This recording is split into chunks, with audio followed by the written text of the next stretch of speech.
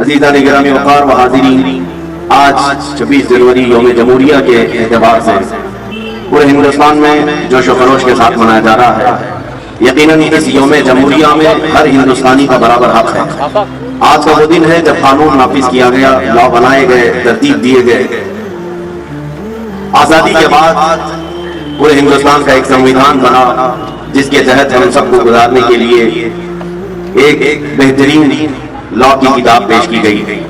آج ہندوستان کی آزادی کو 70 سال سے زیادہ کا عرصہ گزرنے کو آیا ہے۔ ہم آج یہ عہد کرتے ہیں کہ اللہ رب العزت نے ہر انسان کو آزاد پیدا کیا ہے اور آزادی انسان کا بنیادی حق ہے۔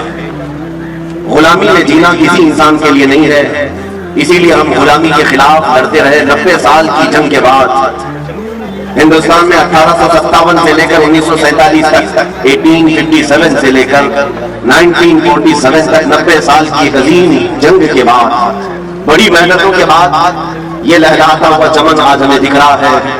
اور ہندوستان کی اس آزادی میں 100-200 کا نہیں، ہزاروں کا خون بہا ہے، اور ان کے خون کے بعد، ان کی قربانیوں کے بعد یہ آج پرچم سربلند ہے ہندوستان کا۔ میرے عزیزوں، اس آزادی کو برقرار رکھنا ہر ہندوستانی کا حق ہے۔ دوبارہ ہندوستان کسی کی غلامی میں نہ جائے، اس کا عہد ہم ہر سال کرتے ہیں۔ ہم یہ چاہتے ہیں کہ ایک 200 سالہ غلامی کی زندگی انگریزوں کی جینے کے بعد ہندوستان پر دوبارہ کبھی ایسی نوبت نہ آئے کہ پھر ہمارے درمیان کچھ لوگ حکومت کریں اور کچھ لوگ غلامی کریں۔ نہیں، ہم کبھی یہ نہیں چاہتے۔ ہندوستان آزاد ملک ہے، اسی لیے جمہوریت کو یہاں پر سب سے بڑا ایک مرتبہ دیا گیا جس کو ڈیموکریسی کہتے ہیں۔ ڈیموکریسی ہے کیا؟ یہ لوگوں سے لوگوں کے لیے، by the people for the people, لوگوں سے لوگوں کے لیے۔ تو جب تک یہ رہے گا انشاءاللہ ہندوستان میں امن و امان برقرار رہے گا۔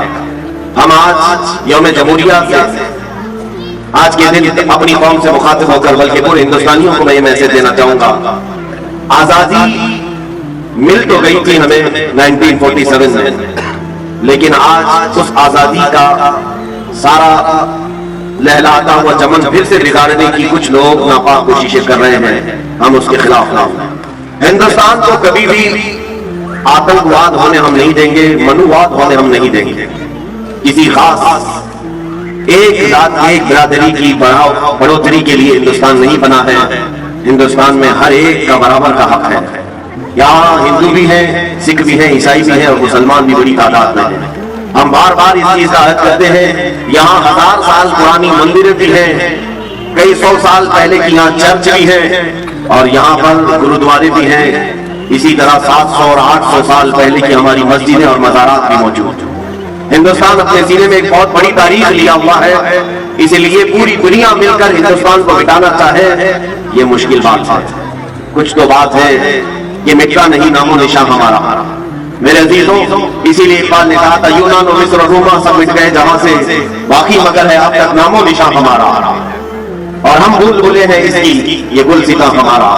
اس لیے آج میں ہر ایک سے اپیل کروں گا کہ آپ ہندوستان کے لا کو پڑھیں، قوانین کو جانیں، تاکہ آپ غیر قانونی کوئی کام نہ کریں اور اپنے سامنے کسی کو غیر قانونی کام کرنے بھی نہ دیں۔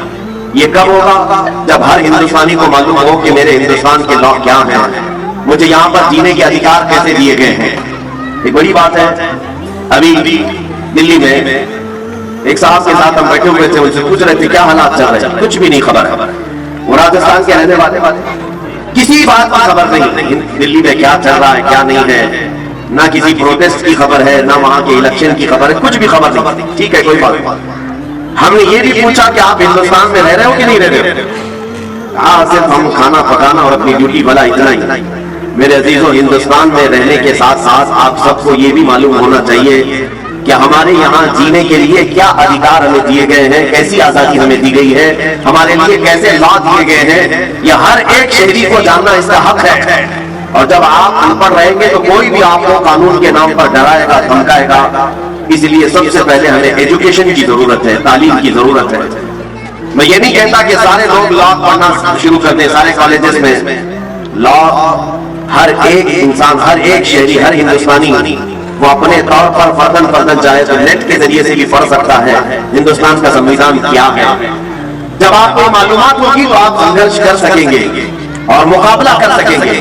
جیسے کہ آج ہو رہا ہے، بہت سارے لوگ